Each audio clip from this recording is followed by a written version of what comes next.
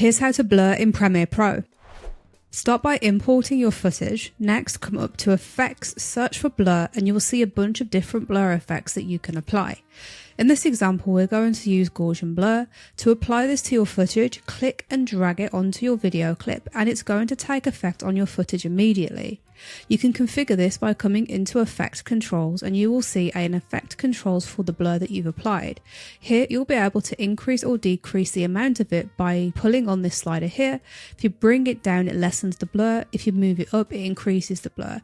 Sometimes you get better results by typing in figures, as we've done right here. And when you play back through your footage, you will see that the blur is applied across your footage.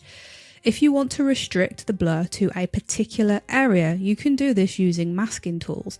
For example, if I wanted to blur this woman's face in particular, I can come into the masking tools in the bottom left here and select Eclipse. And with this clip selected, draw over the area that I want to mask out, so her face for example. You can then drag this mask into your blur effect to apply it to just that circle.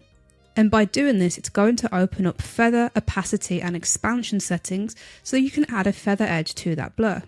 This is just an extra step for if you want to blur out something specific in the video. And that's all there is to it.